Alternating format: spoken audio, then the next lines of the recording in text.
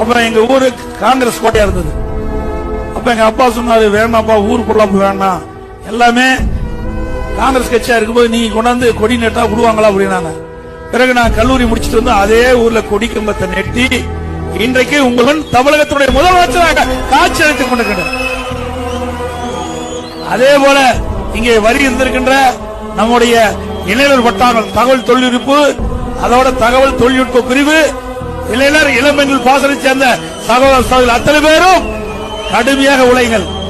இன்னைக்கு அரசுக்கு போடுகின்ற திட்டங்களை நாட்டு